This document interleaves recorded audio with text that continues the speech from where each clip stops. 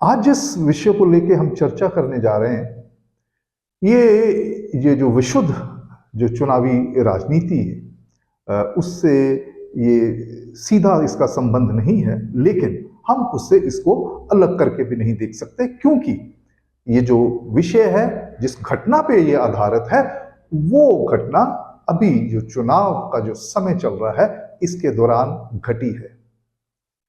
13 अप्रैल को शनिवार, कोई 3 दिन पहले, पंजाब के आनंदपुर साहब संसदीय क्षेत्र का एक सब डिवीजन है नंगल, वहां पे एक नौजवान जो व्यवसायी है, एक शॉपकीपर है, उसकी छोटी सी दुकान है कन्फेक्शनरी की, उसको 2 अनआइडेंटिफाइड जो है शूटर्स ने आके उसकी दुकान पे उसको गोलियों से उसकी हत्या कर दी, मार के हत्या कर दी।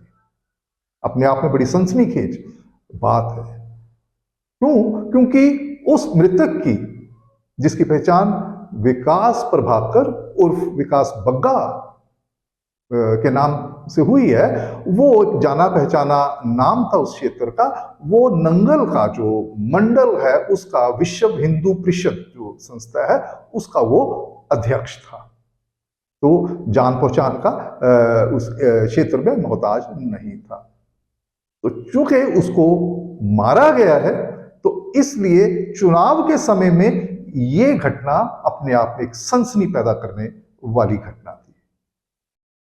तो जिसके चलते पुलिस एकदम से हरकत में आई और 3 दिन के अंदर अंदर इस कत्ल की, इस मर्डर की जो गुत्थी वो सुलझा ली गई है।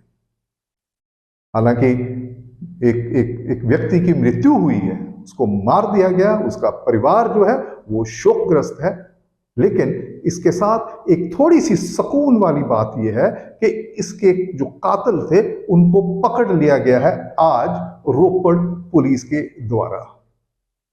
तो ये रोपड़ जिला जो है उसकी ये घटना है।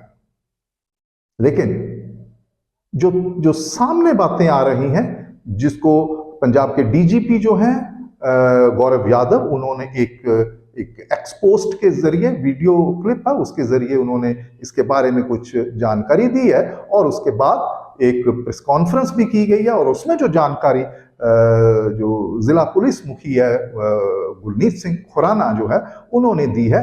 तो उसके अलावा और भी ऐसी कुछ जानकारी है जो हमारे पास है, जिसे हम आपके साथ साझा करने जा रहे हैं। सबसे पहले तो ये कि ये जो घटना की जो तफ्तीश है, जो इसको सुलझाया गया है, इस घटना को पुलिस ने आधिकारिक रूप से एक आतंकवाद की कार्रवाई बताया है।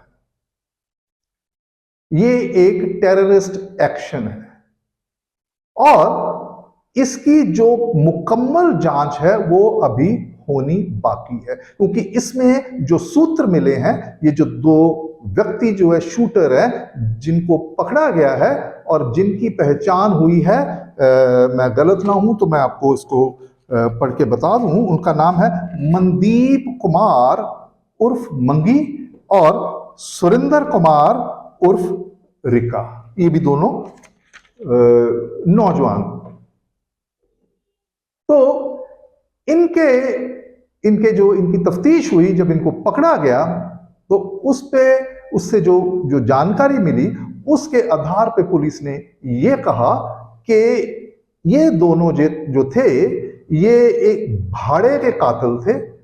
इनका एक आपराधिक इनकी एक हिस्ट्री है। तो इन्होंने पैसों के लालच में ये जो इसको अंजाम दिया, इस अपराध को, और उन्होंने ये बताया कि हमें जो भारत से बाहर विदेश में बैठे जो ऐसे लोग हैं, जिनकी ऑर्गेनाइजेशन कौन सी है, उसके बारे में अभी तक खुलासा नहीं हुआ। पुलिस उसकी जांच में जुटी हुई है, लेकिन यह है कि उनको इस काम को करने के लिए बाहर से जो है कांटेक्ट किया गया, और वो है पुर्तगाल, यूरोप से, और जिसके बारे में डीजीपी पंजाब ये कहते हैं कि उन लोगों का आगे से जो पाकिस्तान में जो ISI बैक्ड जो है जो टेररिज्म जो हमारे हमारे कंट्री में जो कार्रवाइयां की जा रही हैं, उसके पीछे ये आईएसआई का हाथ है, ये पंजाब के डीजीपी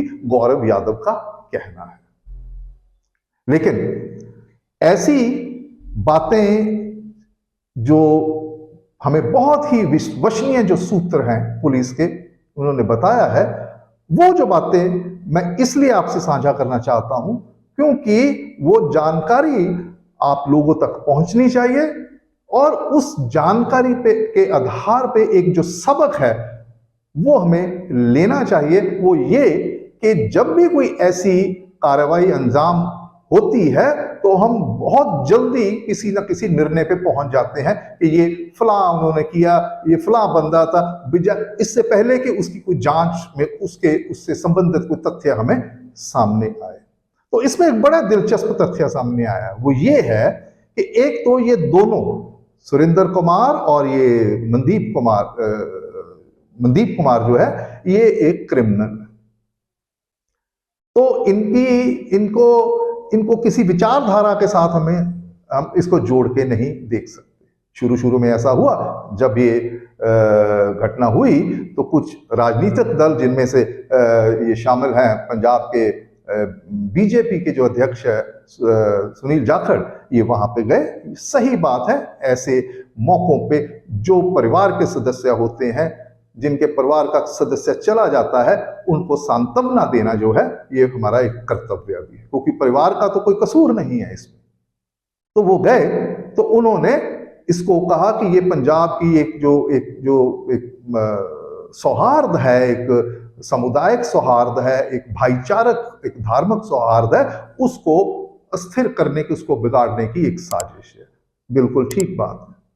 लेकिन जब यह बात कोई राजनीतिक पार्टी द्वारा की जाती है तो जो उसका भी इसकी एक प्रतिक्रिया होती है, तो खास करके तब जब ये चुनाव के माहौल में ऐसी घटना घटे, तो इसमें जो एक जो विशेष जानकारी ये मिली है कि जो मृतक है वो फेसबुक पे बहुत एक्टिव था और एक विशेष समुदाय के विरुद्ध वो टिप्पणियां की जाती, और ये पुलिस के जो सूत्र हैं वो बताते हैं जो इस तफ्तीश में जुटे हुए हैं।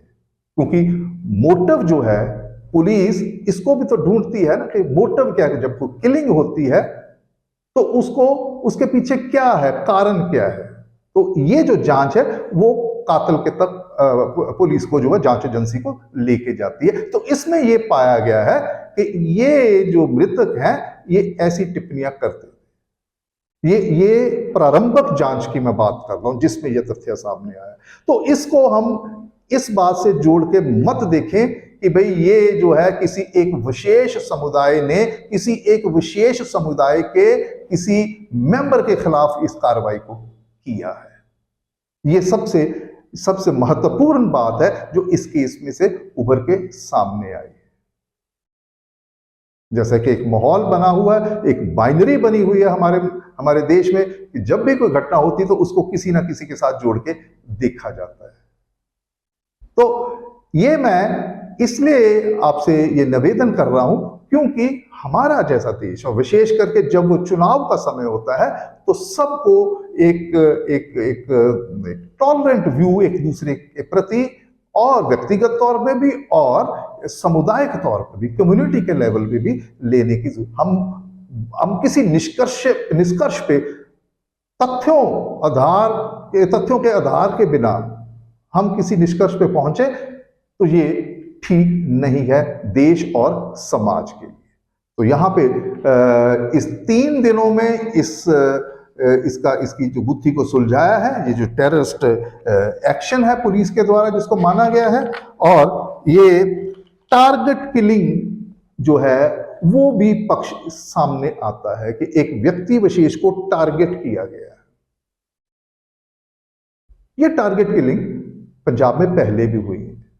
मैं आपको याद दिला दूं कि 2016-17 जो पंजाब का असेंबली का चुनाव था, उससे पहले भी कोई 7-8 ऐसे जो है इंसिडेंट्स जो हुए थे, जिनमें अलग अलग समुदाय के लोग जो थे, उनमें एक ईसाई पादरी थे, उनको भी लुधियाना में मारा गया था, और आरएसएस के दो थे जलंधर में और लुधियाना में, उनको भी ऐसे टारगेट किलिंग की गई थी। तो इस तरीके के जो वहां पे हुए थे, और वो भी चुनाव से पहले हुए थे, 2016 और 2017 दोनों सालों के अंदर। तो तब भी जो पंजाब के लोग थे, उन्होंने इसको बहुत ही जिसे हम कहें कि वो किसी भड़कावे में नहीं आए, बहुत संवेदनशील, सनसनीखेज ये मामले थे, और उन्होंने बहुत अपने आप के ऊपर काबू रखा, और पंजाब का जो चुनाव है वो संपन्न हुआ, और लोगों ने अपना जो है वो फतवा दिया। तो मैं यूं कहूं कि पंजाब के लोगों ने ऐसी ताकतें जिन्होंने ऐसी टारगेट किलिंग जैसे जघन्य जो अपराध है, उनके द्वारा हमारा ये जो लॉ एंड ऑर्डर है और ये जो धार्मिक सौहार्द है, उसको जो है डिस्टर्ब करने की कोशिश की, उसमें वो सफल नहीं हो पाए। पंजाब के लोगों ने उसका भरपूर जवाब दिया और शांति को बनाए रखा। तो इसमें अब देखिए कि इसी वजह से ये ऐसी ताकतें जो हैं वो अब डायरेक्टली काम नहीं करती हैं। वो क्या करती हैं कि वो ऐसे भाड़े के जो कातिल हैं उनको वो इस्तेमाल करती हैं। उन्होंने ये जो पुलिस की तफ्तीश है उसमें ये दोनों जो आरोपी पकड़े गए हैं, तो उन्होंने कहा है कि हमारा कोई दोस्त 10 साल पहले जो कि बाहर विदेश में है, उसने हमारे साथ संपर्क किया और उसने हमें ऑफर किया कि आपको हम पैसा जो है वो देंगे। तो हमने पैसों के लिए, तो यहाँ पे आप देखिए सुरेंद्र कुमार और मनदीप कुमार, तो यहाँ ऐसी जो कार्रवाई है उसमें कोई धर्म का कोई लेना देना नहीं, आतंकवाद का कोई धर्म नहीं है, अपराध का कोई धर्म नहीं होता।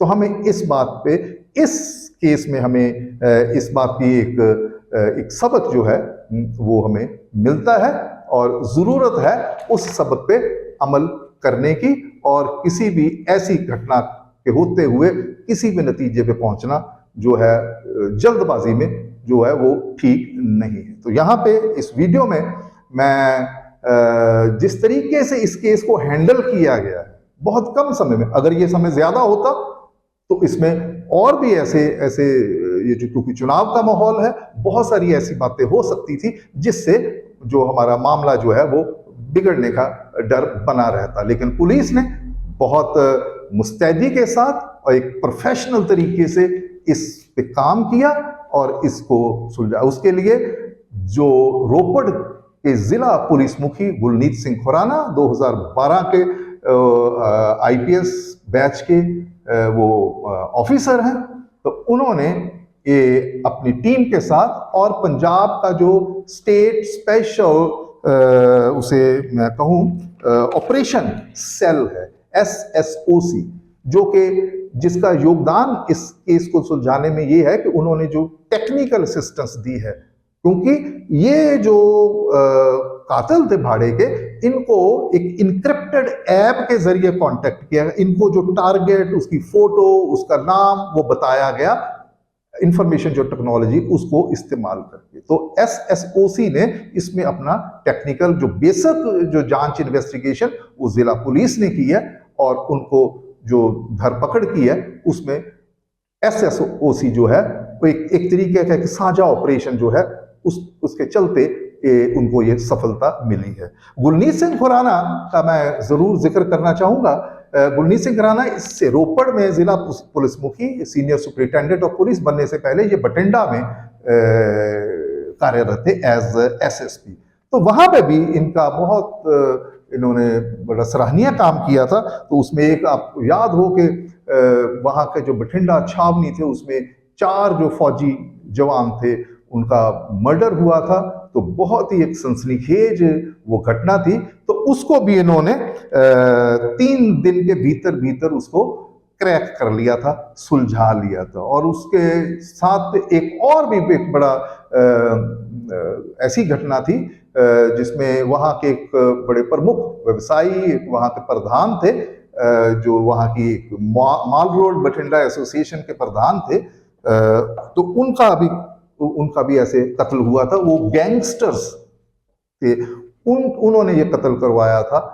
कनाडा में बैठे हुए गैंगस्टर, उन्होंने अपने आदमियों के द्वारा वो उनको कत्ल करवाया था। और वो जो व्यवसायी थे, वो भी 4 दिन के अंदर अंदर उस कत्ल को सुलझा लिया गया था। तो गुरनीत सिंह खुराना यंग ऑफिसर हैं, और ये मैं यहाँ पे इसलिए जिक्र करता हूँ उनका, क्योंकि ऐसे जो ऑफिसर हैं उनका जो काम करते हैं उसकी सराहना करनी चाहिए, और वो अपने काम को और भी मुस्तैदी से करे। निश्चित तौर पे इससे उनको प्रोत्साहन जो है वो मिलेगा, और भी ऑफिसर जो हैं। तो आज की इस वीडियो में हमने जो कहा आपसे, उसको आप एक कंस्ट्रक्टिव एंगल से इसको लें, इस वीडियो को आप शेयर भी करें, और आगे जब ये तफ्तीश अभी चल रही है, जांच मुकम्मल नहीं हुई है, ऑर्गेनाइजेशन जो है कौन सी है इसके पीछे, उसका अभी खुलासा होना बाकी है। और तब तक के लिए, जब तक ये सारी जांच मुकम्मल होती है, आप हमें इजाजत दें। दोबारा फिर हम एक नए वीडियो के साथ आपके रूबरू होंगे। बहुत बहुत धन्यवाद।